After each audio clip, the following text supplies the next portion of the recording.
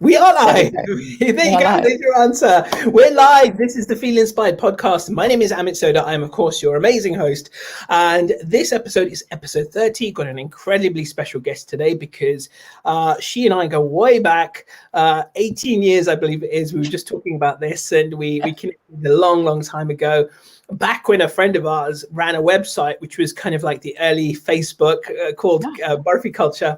And we used to all while away our days on there and, on a community forum and just send each other messages and literally just chat breeze. And but anyway, that's how we connected a long time ago. And I think we did lose touch, but actually we reconnected recently and you've done some amazing stuff since then.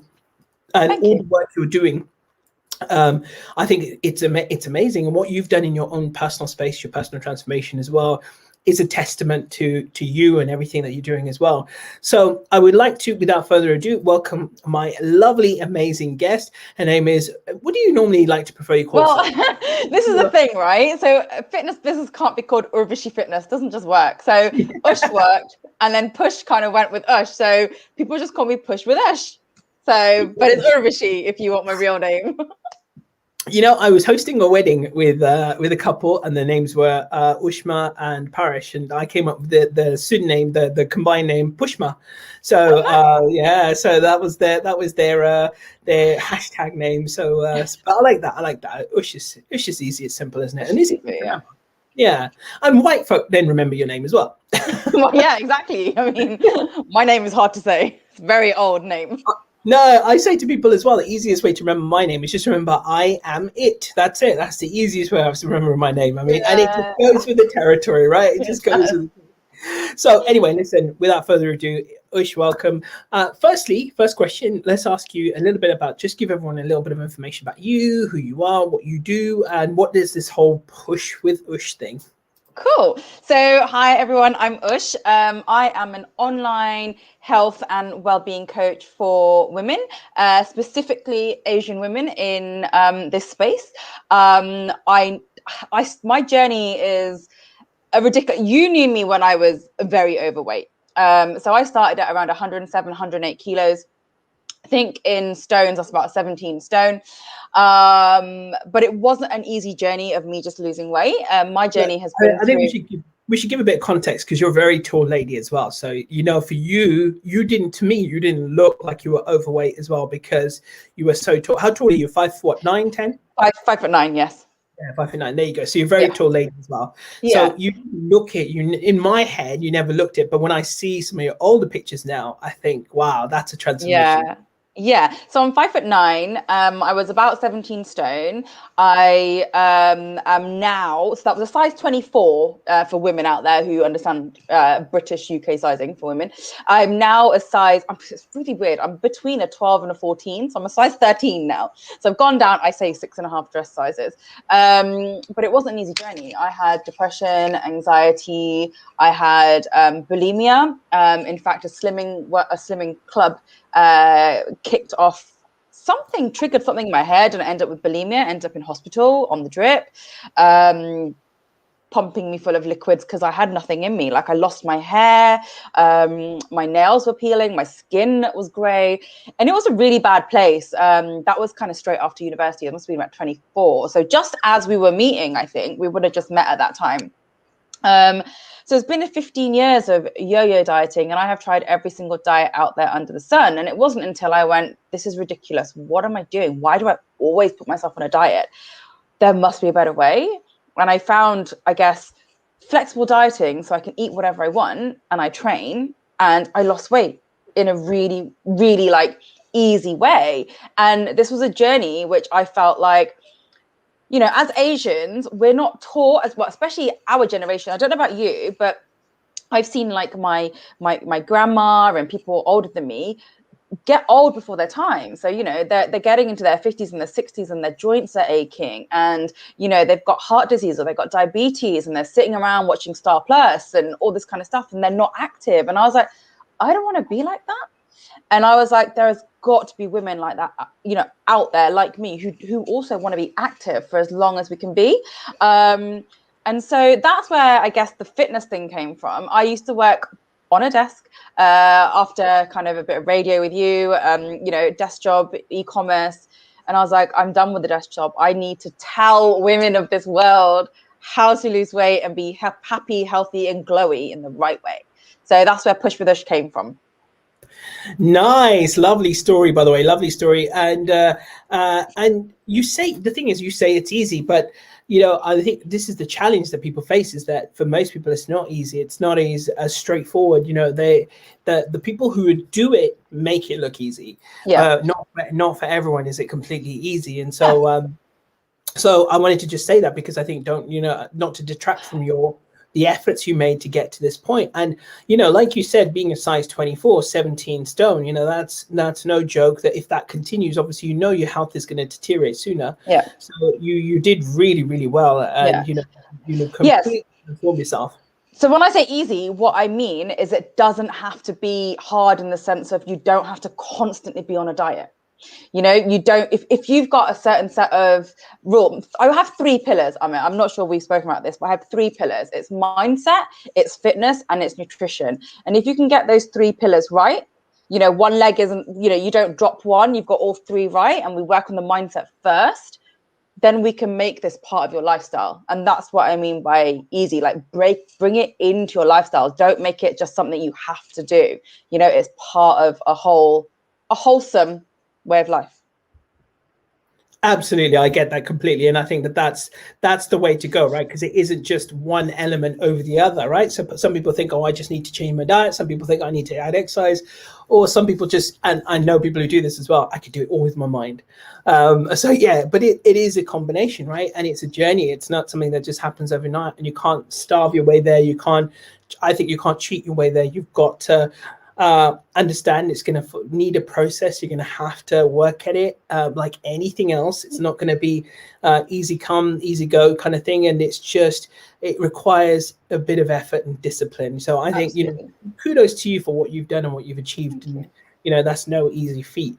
So, but question for you. So why did this whole thing then lead you to then go do it for others? So the question is why? Why did you then decide to actually then take this on board and think, do you know what? I fancy helping other people in this space too. I'm going to do it. So, what's driven you to this? I think the main thing was that education piece. So I found when I was growing up, there was lack of education. Like, there's a story which I tell some of my clients that I was a very big child, quite chunky at the age of 10 or 12. And I remember this one moment when my mum wouldn't let me have dinner unless I ran around the garden 20 times. And that was her way of showing me kind of, I needed to get fit to eat, right? It was like, it's a reward kind of, a reward system, like do your jogging and then get some food. And I was like, that's not education. Now, if the generation above us weren't able to educate us about fitness, and I was out there and I've learned it and I've got a diploma and I've gone above and beyond and done further education in the health and fitness field, why am I going to keep this to myself? Why don't I share this knowledge that I've got with other people? Now, yes, there are plenty of fitness coaches out there doing exactly the same thing. There are plenty of fitness coaches out there with abs. And yeah, I don't have that. I still have a little bit of a way to go. But I think that's where my journey is inspirational. Because I haven't just gone out and gone, I'm slim, I'm going to get abs, and I'm going to sell a fitness product. It's not about that at all. What I've done is I've been through multiple ups and downs in my journey, as I said before, with the bulimia, with the depression, with the anxiety, and I came through it and I got through it, and I got to a point where I am finally in a place where I know that my health is the most important thing, right? And if I'm healthy, other parts of my life start like slotting into place. Like, my mindset's in a good place, my business is going well, my relationships are going well. So if my health is right, work is going well, everything else will slot into place and it'll be right. And I just found that this education wasn't being taught. And it's not that I want to take it upon myself to be the teacher, but I had people start asking me, Ush, can you train me? So actually my journey started after I got my diploma. I came back from traveling. I'd finished my diploma. And I remember I had a couple of girlfriends who were like, Ush, can you train me in Ealing Park, so Walpole Park? So we used to take like a pair of boxing gloves down there, a couple of battle ropes, you know, a little weight or two, resistance bands, and I trained them in the park in front of people. And that's when my journey started. And I don't think, I genuinely, I thank them for this. I don't think if they hadn't said, Ush, we want to learn from you, you might not be talking to me today. Or I may have been in a completely different field. Who knows? You could have been some spiritual teacher. Who knows? You could have gone to do anything. Yeah. No, I that's a beautiful journey, and I think that to share our knowledge, right? As I think it's Denzel Washington who says, "To each one teach one," and you know, if we as a planet live that edict, oh my God, look at the difference the world would be, right? You know, if you learn something, and you know, the whole purpose of it is to share it, right? Give it away, share it with the world, and that's where we prosper. So you've done really well, and the thing is as well, right? So you've entered into a space which is really competitive as well, right? So did you ever face, and I've been speaking to a lot of coaches recently in the coaching profession for this event that's just there, by the way, if anyone watching, did you find as well that you kind of almost felt the sense of, oh, there's so many coaches out there already, there's no way I can do this, you know, who's going to want to hire me, I've just started, all that kind of stuff? Is that, you know, the kind of thing that went through your head as well? Yeah, absolutely. And not so it was a case of like, why would they want to come to me? I haven't reached my fitness goal. I don't look like, you know, a fitness supermodel. No one's going to put me on the cover of Women's Health. You know, that it's just not going to happen. And it was a case of imposter syndrome. Like, why do I think I can teach this when I haven't actually got there? You know, I've got that 6 kilos to go, and I'm like, why do I think I can do this? But then what I realized is that actually where I am today, and yes, I'm not at my own goal, but where I am today is where somebody wants to be. It's somebody else's goal. And that's what I realized, that I could help somebody who, say, is, you know, at that 100 kilo where I was, 110, whatever it was, but they want to be me, and they want to be not me, but, you know, they want to be a size 14 or a size 12. You know, they want to be 78 kilos. They want to be that kind of person who has just lost that 30 odd kilo mark, right? That's their goal. You know, and what will happen is that person will get to my stage and they'll want to go further. And I've had that happen. I've had clients get to my stage and go, Ush, right, I'm ready to go further now, you know? And when I realized that the difference, and this is, people don't buy the fitness product, they buy the person.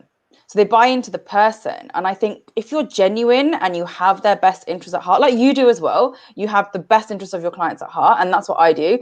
If you have the best interests of clients at heart, they understand your journey, they understand your process, they understand why you're doing it, then why should you feel like you've got imposter syndrome? Don't get me wrong. When you're scrolling through Instagram, oh my God, I look at all these and TikTok. Oh my God, can someone teach me TikTok, please? But all those fitness people with 65, 67,000 million followers, I'm just like, yeah, I'm going to leave this industry. I'm going to leave it. I can't do this. But then I go, right, hang on a minute. My clients have chosen me out of all of these people in the whole wide world because they trust me. And they trust me because not only am I saying this is how you do it, I've shown them this is how you do it.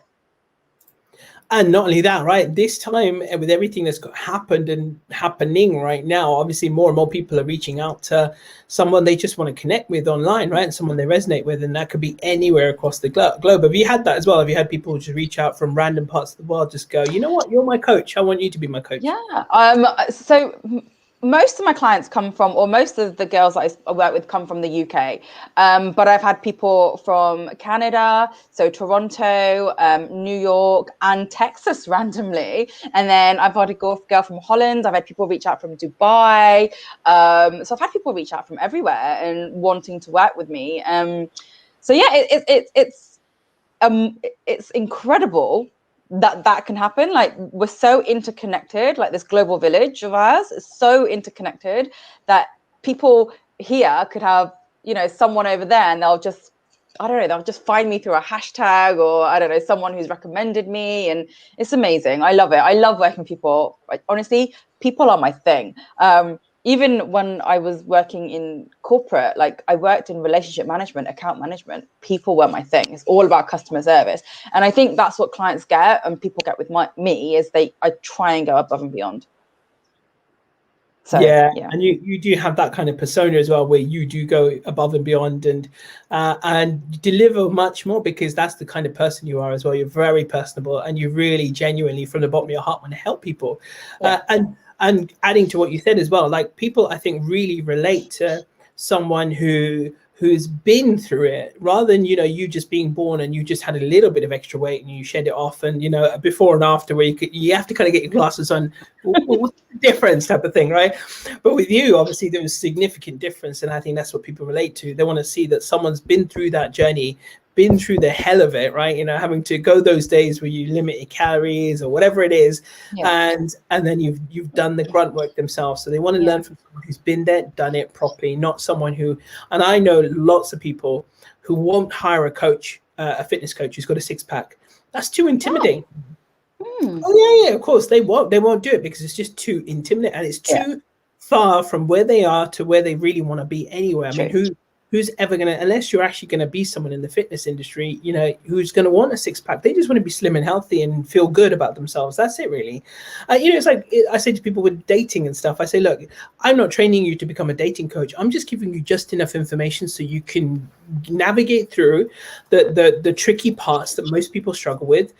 Hey, listen, if you want to know more, of course, that's always there. The options are, but you just need to know enough to get the job done. 100%. And I think that's what most people want. They want the real touch, to see someone with a six-pack, rippling muscles can be intimidating. And that's well, those individuals may not necessarily understand the needs of that person as well. No, not at all. Because, they might push them too hard. They lose that momentum. They lose that energy. Yeah. Not always in most cases, but, it's just having that compassion and understanding this individual. Absolutely. I think most of the women I work with, and obviously, I work solely with women at the moment, but most women I work with, their goal is to be fit and healthy for their children, to be able to be that super mom, go to work, come home, look after their children, run around after them, be able to pick them up. And it's all about functional fitness. So everything I do makes this body functionally fit. So like deadlifting a child off the floor, for example, or a big bag of atta off the floor, right? Like, you want to be able to do that by yourself. You don't want to have to rely on your husband to do it, or your dad to do it. You want to be able to do it yourself. And one of my mottos has always been stronger for longer. And in the programs, I educate women on kind of going through that whole, as hormonally, we're very different to a guy. So, the monthly cycle, for example, menopause, for example, getting through that in the right way, looking at diseases, especially diseases that are apparent in our culture, which is like diabetes and thyroid and PCOS and heart disease, how to kind of live a life healthy so you don't end up with diabetes, which obviously is one of the baselines for most diseases anyway. And just changing, obviously our food is delicious, and changing the way we cook or eat, right? Because we're putting roti and rice together when actually, that's not the best combination all the time. Once in a while, yeah, but not every single day. And it's just about just educating these women to live stronger for longer and be the best version of themselves. Yeah, let's face it, we're not so conservative with the oils, are we, really, to be honest, as well? But I say to everyone, I say Gujarati cuisine, I think it's the healthiest cuisine in the world, because we use so many greens, vegetables, and rice and lentils, and I think I think if you do it right, Gujarati food cannot be beaten anywhere in the world. What cuisine it is. Everyone says to me, oh, Thai is my favorite food. I'm like, really? Thai is like green curry, red curry. Come on. Where's the imagination? The thing with Gujarati food is you can be absolutely vegan or vegetarian and never feel like you're missing out with Gujarati food. Never. Oh yeah, absolutely. 100%. Like when my mum, before she passed away, taught me everything, but it was years ago and I've forgotten most of it now. And there is one restaurant though in Wembley that does home cooked Gujarati food and stuff. Ooh. And it's not often I get to go there, but when I do, it's like, it really reminds me of my mum's cooking as well. It's like heaven. Not to say my wife doesn't make amazing Gujarati food. She does. She's incredible. It's amazing. She's in the next room going, You know what? She's sitting right next to me, right? If you ask her right now, I literally finish all her food. Like, even if there's leftovers, I will literally just put it on my bagel in the morning on top of it and just Nice. eat it. Just, whether it's shack or whatever, I just stick on my bagel and have it because I love it. It's so healthy. Yeah. Again, it's like, potatoes, spinach. What else usually goes in there? Aubergines and Oh, I love aubergine. beans. Yeah. Bindi.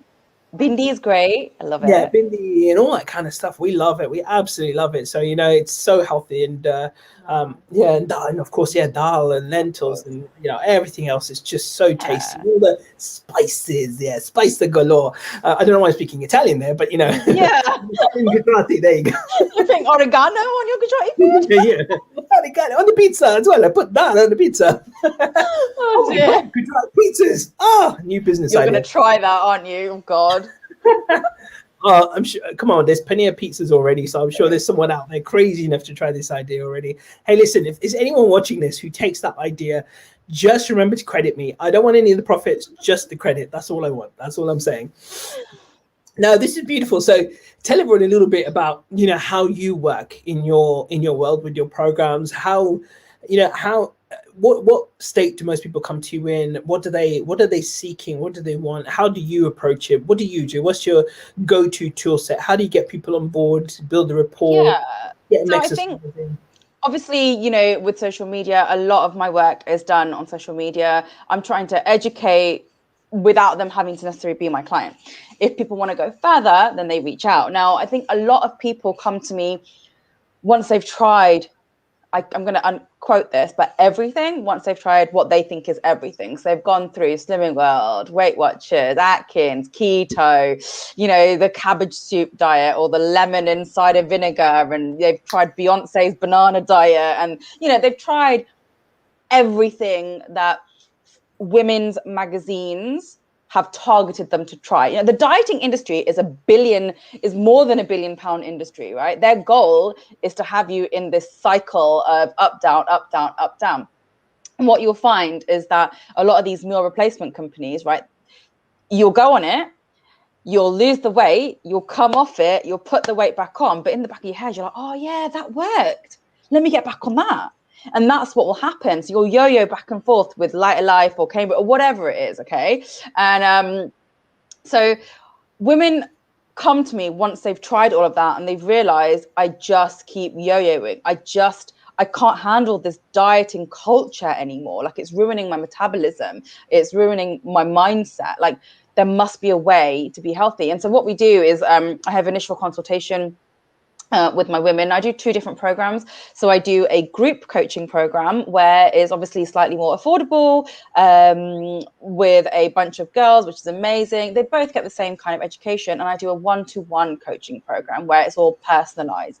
Lots of phone calls, lots of mindset work, coaching, all of that kind of stuff. So depending on their requirements, their budget, if they want to work in a group or they want to be a bit more kind of 1-to-1 with me, they'll go in 2 different directions. And I guess the initial consultation is just to find out a little bit more about my client. Like, what is it? Why have you come to me? Like, what's motivating you right now? Why is this important to you? Like, when we find out why it's important, we can figure out where they want to go. And if someone says to me, Ush, I want to be, 50 kilos. One of my questions is, well, what size do you want to be? How do you want to feel? And they go, oh, I want to be like a size 10. I was like, okay, fine. How do you want to feel? I want to feel fit and healthy. Okay, how about this? If I got you to a size 10, fit and healthy, but you're 56 kilos, are you going to be fussed about the weight on the scales? Most women go, no. And I think that's something that we've learned, because that scale is simply a gravitational pull to the earth. And also, it doesn't measure your fat. It measures organs, water, poop, skin, all brain, the brain is heavy. All of this stuff, it doesn't measure fat. And why are you letting that sad step kind of plan the rest of, or like kind of give, have an effect on the rest of your day? There's no need to. So if you can get to that size 12, you're strong, you're lean, you're healthy, you're toned, but you're 56 instead of 50 kilos, that's the kind of person I want to work with. Somebody who understands that actually it's not about the weight and it's about inside, how you feel, how you look, and the mindset. And so we go through a bit of a consultation, and then, you know, once they signed up, obviously being a personal trainer, you have to have a health and safety form. I need to know about injuries. I need to know about any, you know, issues, medications people are on, so that I, you know, don't prescribe the wrong thing for them. And I teach my clients flexible dieting. So they'll get a plan, whether it's on the group or the one-to-one. And flexible dieting is based around two things and two things only. And that is, one, your calorie content for the week, and two, your protein targets for the day. Okay. If I'm working with a vegan, for example, we'd look at calorie and fiber, for example, right? Two different things. Just depending on their diet, I would then prescribe them. You know, obviously I'm not a functional medicine practitioner, but I have a nutrition qualification. I have my personal training qualification. So I can help somebody lose weight based on what I know. Still educating myself as much as I can. So we'll go through this process, and, you know, minimum kind of somebody working with me, you know, we know that a habit really isn't formed until about 180 days. People are like, 21 days habit. No, it's 180 days. Even 3 months, it's not long enough. 3 months, you're going to do something and then you're going to fall off it. So 6 months is about right. That's a long enough amount of time for somebody to form a habit. I've noticed that with my clients. My clients have noticed that as well. I've also noticed that with people who like go, oh, I've done 3 months, I've got my habit now. Well, actually, you haven't. You need a little bit more. And so we're building, we're just, it's, again, I'm going to use, it's not difficult, because what we're doing is we're looking at your lifestyle and we're just implementing a few changes. So for example, sleep patterns, we're looking at your sleep, we're looking at your stress, we're looking at your water and your hydration as well. So little pieces that plug in that you can do easily. If I said to you, Amit, wake up in the morning and have a glass of water before you even put your feet on the floor, you could do that. And that would completely change your life. I've had people say to me, oh my God, that first glass of water in the morning, Ush, has changed my life. I'm like, explain that to me. She goes, and they've had people go, it's given them more energy. It's given them more kind of, you know, mental clarity just by having half a pint of water in the morning. And it's made them thirstier, which has meant that they're flushing stagnant water out. Like, you go to like a lake which has no fresh river water coming into it, that's stagnant water, right? It can become stagnant water. And if we're not replenishing that water like a river, we're going to end up stagnant, lethargic, tired. Our mitochondria aren't going to work. There's going to be no energy response. So we need that water to go through the system. Off you go, down some, why don't you? But it's important, right? Like 3 liters of water a day, easily, I guess. Yeah. This is I'm not a personal trainer or anything, but I just say to people, avoid diets. Yep. Just watch your calories, really, to be honest. Exercise, and do exercise you enjoy. Because if you enjoy it, you don't have to motivate yourself to do it. And have fun with it, really, to be honest, as well. But diets, I say to anyone who comes to me saying I'm going to go on a diet, I don't say anything, right? But in my head, I'm thinking, man, what are you doing? Why are you falling for this marketing nonsense? Seriously, why? We need to go back to the original meaning of diet. Diet is simply what a group of people habitually eat. It's not a calorie deficit. It's not something that is restrictive. It is just something we eat, right? And the other thing is, obviously, we're looking at people's emotional response to food. There's a lot of emotions surrounded with food, because, you know, if you think about it, someone has a birthday, there's cake and loads of food. It's Christmas. It's an emotional response to birthdays, emotional Christmas. You know, all these, whether the emotions are highs or lows, you know, whether it's a wake or a birthday, you've still got an emotional response to that food. And a lot of people that I work with may binge, and hence why we flexible diet, to say, look, instead of just cutting everything out, have a little bit of what you like. You're not going to binge. You know, you're not likely to go, oh my God, I'm restricting Friday, binge. Which most people do, because as soon as you restrict anything, that's it. You know, people just want to, like, they'll do that whole thing, right? Sunday, oh, I'm going on my diet tomorrow. Sunday, and then that's it, right? Monday, they last for about a week, and then, you know, the weekend. Exactly. It's easy to do, right? But if you make all these rules, they're gonna get broken. You're gonna flop. Basically, it's inevitable. And that's why I just say to people, look, the only thing you should be dieting is a diet for life. That's it. Whatever is going to be the food you put in their mouth for the rest of their life, eat that. and work around that, right? If look, we all have bad. I've admitted to everyone recently that my wife and I were doing fantastic, right, with our health, eating well, and then we had a little bit of a lapse around September, October, and before we had a chance to get back on track, our little puppy came along, right? So, and for me, when I'm the main time when I make bad food decisions is sleep deprived, right? And I was obviously sleep deprived for several weeks, right? And so that bad eating pattern came back in, and we haven't corrected it yet. So we're still a little bit off track, but it's just one of those things that if you're well rested, if you like you said, if you hydrate your body, it's so much easier to make good choices. But if you're not, everything else becomes easier. And then there was a great documentary I was watching about dieting and stuff, and just in general about how to cultivate good habits around food and stuff. And we have a tendency to go for whatever's within reach. Yeah. And this is why do supermarkets have, or whatever, malls have all the bad stuff near the counter, near the checkout, because they know people, it's there, it's easily accessible, they're going to reach for it, they're going to buy it. It's that last minute impulsive purchase. Yep. And some other places you go to as well, that where there's a restaurant, you have to go through that, like put your tray on that thing and you serve the food, right?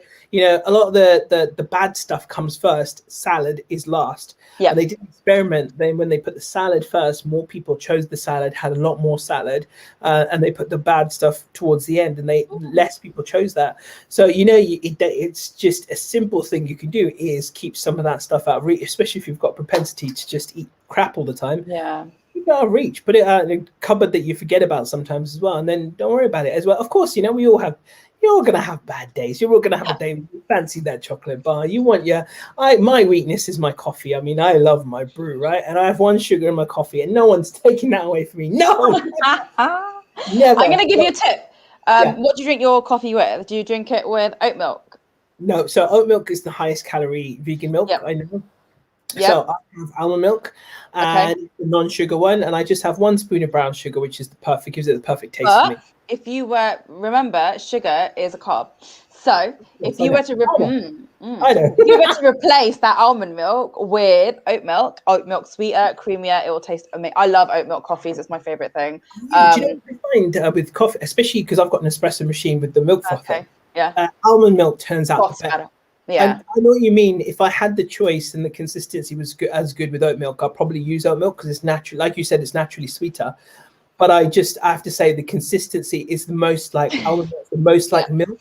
So I have it. Yeah, it's so tasty though. And sorry, the barista version. I'm not. You. I'll fight you to the death. My one. I'm going to take you for a coffee and show you how you should really drink coffee.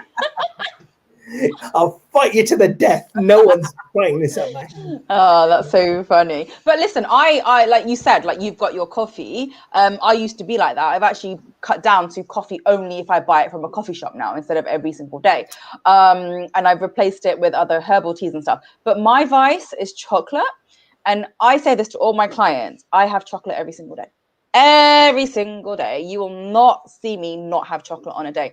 And they're like, yeah, but how have you lost weight? It's because I have a little bit. I have a little bit to satisfy that craving with a cup of tea. And that keeps me going. And I never feel like I need to have like a whole bar of chocolate. Like I used to go back in the day, the big bars are like Galaxy and Dairy Milk, etc. Like I could smash through those easily, or a big...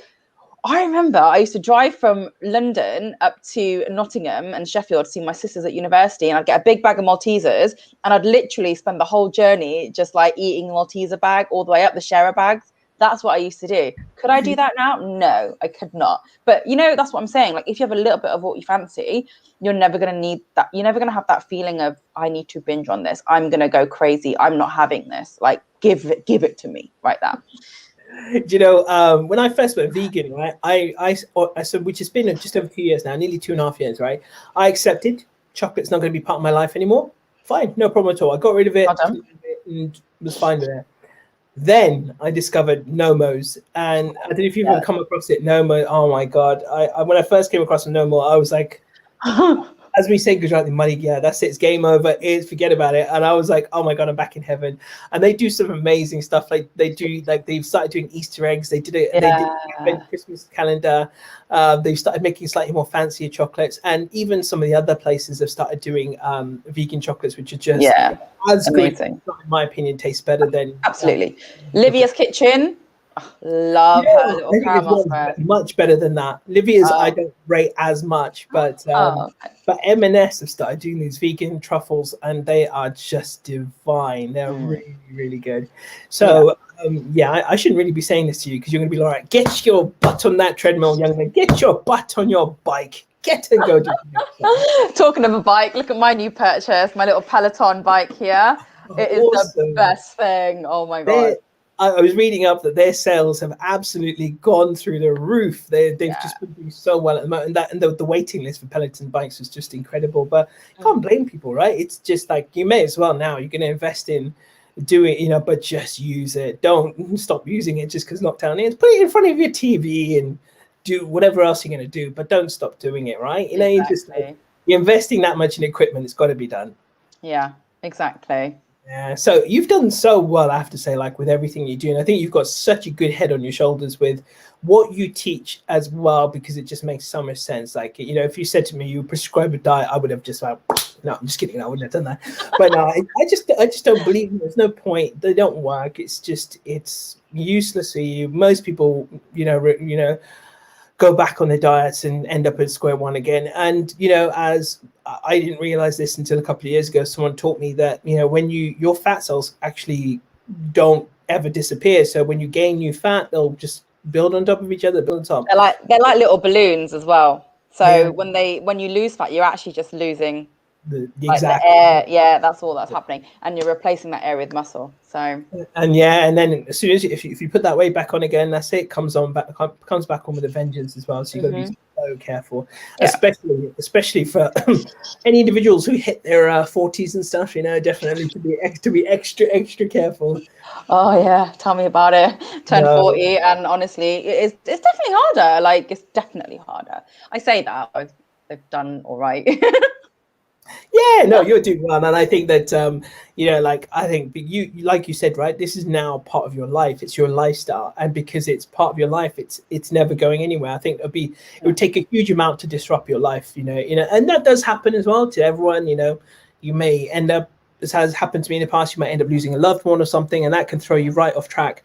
But for some people as well, then the go-to thing is exercise, or or doing training, or just to have something to focus on, a positive distraction that really helps you and gets you focused back again as well. And I love my exercise, and since we got our little dog, I really missed my exercise, regular exercise. I really do miss it and stuff, but he's steadily getting there. So I'm hoping in the next couple of weeks that I can just return and start my weight training again, and and do all the things that I enjoy doing. And he can come and join me as well. I'll just time thing in the park, and you can just pick him up and just use him as a weight.